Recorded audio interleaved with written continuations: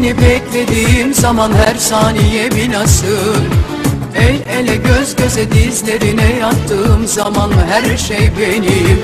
Senle benim arama girecek olanın ölümü yakındır. Kendi canın isterse gidersin ama benim canım çok acır.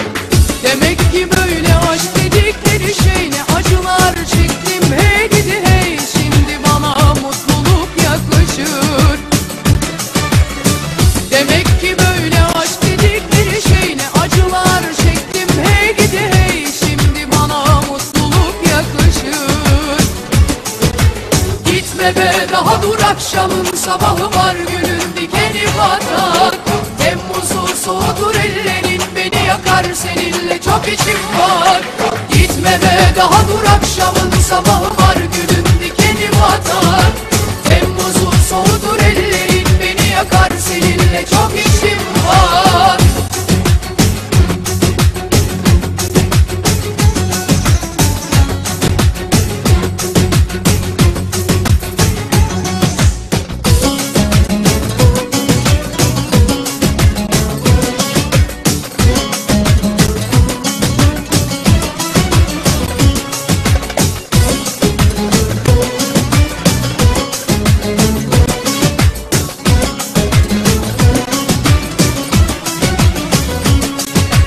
Kalbimi bombalıyor kuşkular sen çıkıp da gelene kadar. Hayallerim kabusa dönüşür sesini duyuncaya kadar. Korkularım konuşur seninle konuşup susuncaya kadar. Sonra da aynı güneş ısıtır seni de beni de kime ne. Demek ki böyle aşk dedikleri şey, ne acılar çektim hey gidi hey. Şimdi bana mutluluk yaklaşır. Demek ki böyle aşk dedikleri şey, ne acılar çektim hey gidi hey. Şimdi bana mutluluk yaklaşır.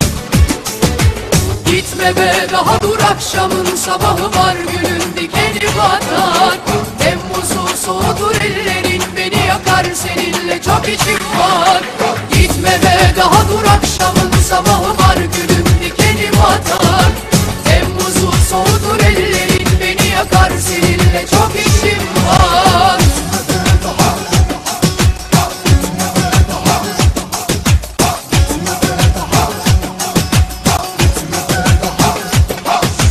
Gitme be daha dur, akşamın sabahı var.